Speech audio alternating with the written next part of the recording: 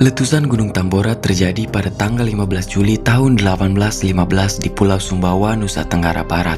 Letusan itu adalah letusan gunung berapi paling kuat dalam sejarah modern dan diklasifikasikan sebagai indeks daya ledak vulkanik VEI-7 atau Volcanic Explosivity Index 7. Sebuah skala yang digunakan untuk mengukur kekuatan dan dampak letusan gunung berapi. Skala ini biasanya berkisar dari VEI 0 sampai VEI 8. Dari setiap kenaikan angkanya menunjukkan peningkatan signifikan dalam volume material yang dikeluarkan dan intensitas letusan.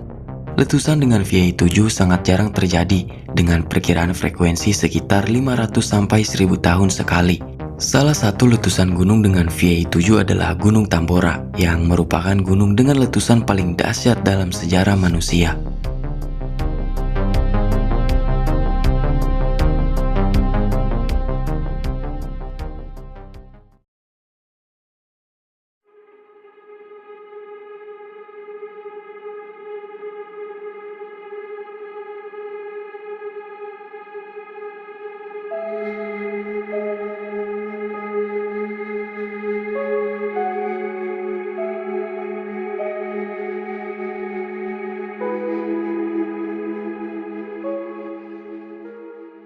Gunung Tambora mengalami ketidakaktifan selama beberapa abad sebelum tahun 1815 sampai dikenal dengan Gunung Berapi Tidur. Pada tahun 1812, kaldera Gunung Tambora mulai bergemuruh dan menghasilkan awan hitam. Di tanggal 5 April 1815, letusan terjadi, diikuti dengan suara gemuruh yang terdengar di Makassar, Sulawesi, yang jaraknya 380 km dari Gunung Tambora, Jakarta, Pulau Jawa, 1200 km dari Gunung Tambora, dan Ternate di Maluku, 1400 km dari Gunung Tambora. Suara itu terdengar sampai ke Pulau Sumatera pada tanggal 10 sampai 11 April 1815, yang jaraknya lebih dari 2600 km dari Gunung Tambora, yang awalnya hanya dianggap sebagai suara senapan. Pada pagi hari tanggal 6 April 1815, abu vulkanik mulai jatuh di Jawa Timur dengan suara gemuruh yang terdengar sampai tanggal 10 April 1815. Pada pukul 7 malam 10 April 1815, letusan gunung itu semakin kuat.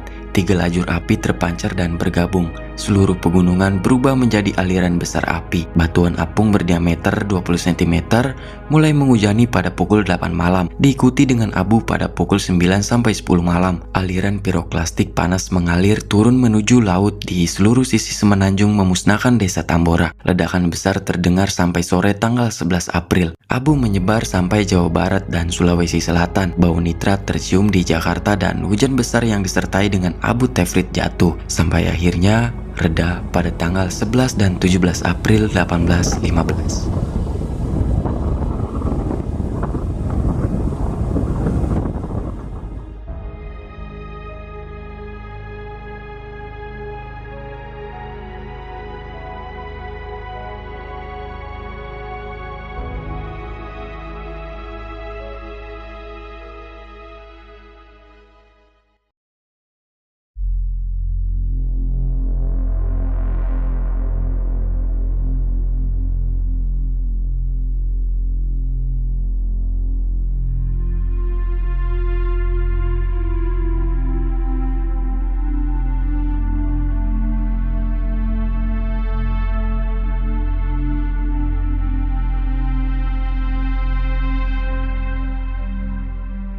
Akibat kejadian itu, semua tumbuh-tumbuhan di pulau hancur. Pohon yang tumbang bercampur dengan abu batu apung masuk ke laut dan membentuk rakit yang jarak lintas melebihi 5 km. Rakit batu apung lainnya ditemukan di Samudra Hindia, di dekat Kolkata pada tanggal 1 dan 3 Oktober 1815.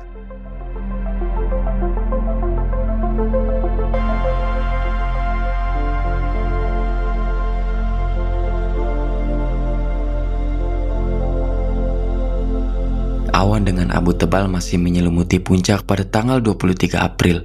Ledakan berhenti pada tanggal 15 Juli, walaupun emisi asap masih terlihat pada tanggal 23 Agustus. Api dan gempa susulan dilaporkan terjadi pada bulan Agustus tahun 1819, 4 tahun setelah letusan. Tsunami besar menyerang beberapa pantai di Indonesia pada tanggal 10 April dengan ketinggian di atas 4 meter di Sanggar pada pukul 10 malam. Tsunami setinggi 1-2 meter dilaporkan terjadi di Basuki, Jawa Timur sebelum tengah malam, dan tsunami setinggi 2 meter terjadi di Maluku.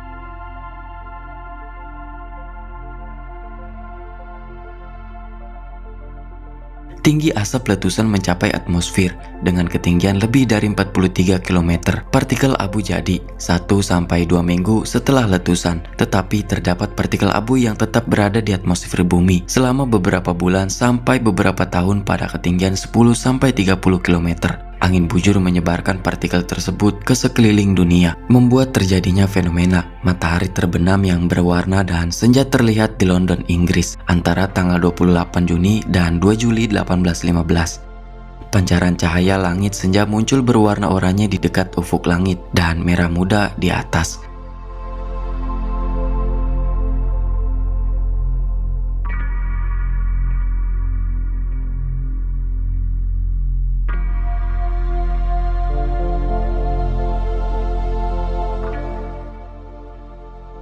Banyak sumber yang memperkirakan angka kematian akibat bencana tersebut.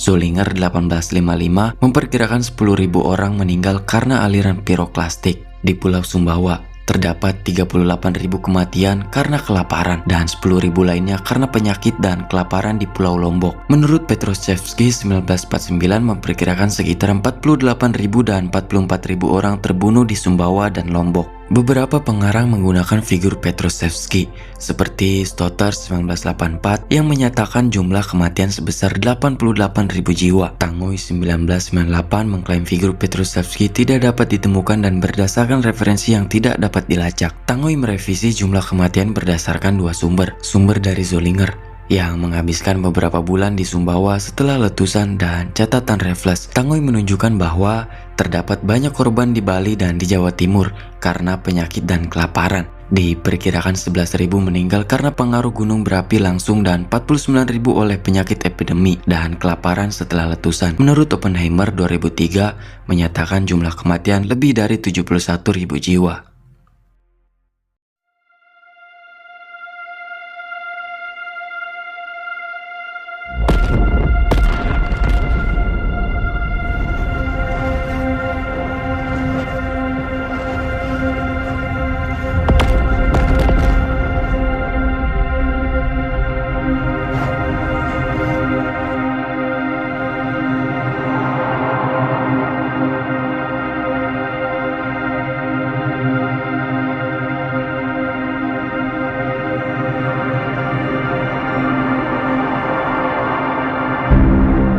Letusan Gunung Tambora pada tahun 1815 mengeluarkan sulfur ke stratosfer, menyebabkan perubahan iklim global. Berbagai metode telah digunakan untuk memperkirakan jumlah sulfur yang dilepaskan. Metode petrologi, pengamatan atonomi, dan analisis konsentrasi sulfat pada inti es dari Greenland dan Antartika. Hasil perkiraan bervariasi tergantung metode yang digunakan, berkisar antara 10 teragram sulfur hingga 120 teragram sulfur. Pada musim semi dan musim panas tahun 1816, sebuah kabut kering terlihat di timur laut Amerika Serikat. Kabut tersebut memerahkan dan mengurangi cahaya matahari, tampak seperti bintik-bintik pada matahari yang bisa dilihat dengan mata telanjang. Baik angin maupun hujan tidak dapat menghilangkan kabut tersebut. Kabut ini diidentifikasikan sebagai kabut aerosol sulfat stratosfer yang disebabkan oleh letusan Gunung Tambora pada tahun sebelumnya. Pada musim panas tahun 1816, banyak negara di belahan bumi utara mengalami kondisi cuaca yang drastis berubah, yang kemudian dikenal sebagai tahun tanpa musim panas. Temperatur rata-rata global turun sekitar 0,4 sampai 0,7 derajat Celcius, cukup untuk menyebabkan masalah pertanian di berbagai belahan dunia. Es dilaporkan di Connecticut, dan pada hari berikutnya hampir seluruh wilayah New England dilanda cuaca dingin. Pada tanggal 6 Juni 1816, salju turun di Albany, New York, dan Dennisville, Maine. Kondisi cuaca yang tidak normal ini berlangsung setidaknya selama 3 bulan dan menyebabkan gagal panen di Amerika Utara. Kanada mengalami musim panas yang sangat dingin dengan salju setebal 30 cm terakumulasikan di dekat kota Quebec dari tanggal 6 sampai 10 Juni 1816. Akibat dari perubahan cuaca ini, produksi pertanian menurun tajam, mengakibatkan kelangkaan pangan dan meningkatkan harga-harga bahan pokok di banyak daerah. Tahun 1816 dikenal sebagai tahun terdingin kedua di belahan bumi utara sejak tahun 1400 Masehi, terutama disebabkan oleh letusan Gunung Huayna Putih di Peru pada tahun 1600. Selain itu, dekade tahun 1810-an mencatatkan diri sebagai dekade terdingin dalam sejarah. Hal ini merupakan akibat letusan Gunung Tambora yang terjadi pada tahun 1815, serta kemungkinan adanya letusan lain yang terjadi antara tahun 1809 dan 1810. Perubahan temperatur permukaan selama musim panas tahun 1816, 1817, dan 1818 tercatat masing-masing sebesar minus 0,51 derajat Celcius, minus 0,44 derajat Celcius, dan minus 0,29 derajat Celcius. Bukan hanya musim panas yang lebih dingin, bagian wilayah Eropa juga mengalami badai salju yang lebih deras dari biasanya, memperburuk kondisi cuaca pada tahun-tahun tersebut. Perubahan iklim disalahkan sebagai penyebab utama wabah tifus yang melanda Eropa Tenggara dan Laut Tengah bagian timur antara tahun 1816 dan 1819.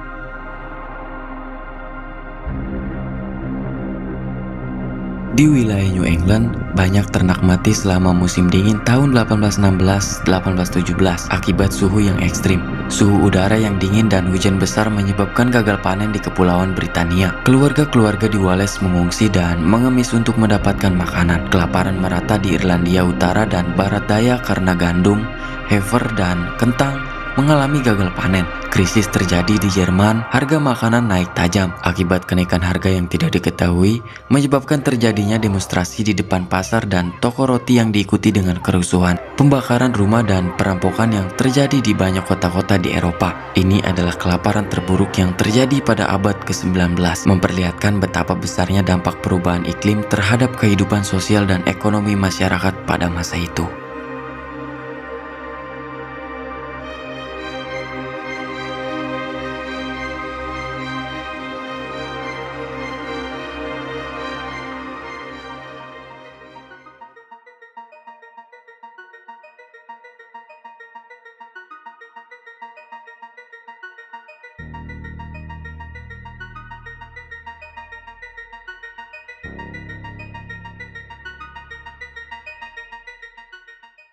Bencana Tambora mengajarkan kita tentang pentingnya kesiapsiagaan dan ketahanan terhadap bencana alam. Meskipun kita tidak bisa mencegah letusan gunung berapi, kita bisa mempersiapkan diri untuk mengurangi dampaknya. Sistem peringatan dini, rencana evakuasi yang efektif, dan penyimpanan pangan yang memadai adalah beberapa langkah yang dapat kita ambil untuk mengurangi kerugian. Selain itu, bencana ini juga menunjukkan pentingnya kerjasama internasional dalam menghadapi krisis global. Negara-negara harus bersatu untuk membantu satu sama lain dalam masa-masa sulit, seperti yang kita lihat dalam berbagai upaya bantuan internasional yang telah terjadi pada dalam sejarah modern. Letusan Gunung Tambora adalah pengingat yang kuat akan kekuatan alam dan kerentanannya terhadap manusia. Dampaknya yang meluas dan beragam menunjukkan betapa pentingnya bagi kita untuk selalu siap dan tanggap terhadap bencana alam. Dengan mempelajari masa lalu, kita dapat membangun masa depan yang lebih aman dan lebih tangguh, memastikan bahwa kita dapat menghadapi tantangan apapun yang mungkin datang. Bencana Tambora mungkin telah terjadi lebih dari 2 abad yang lalu, tetapi pelajaran yang kita dapat darinya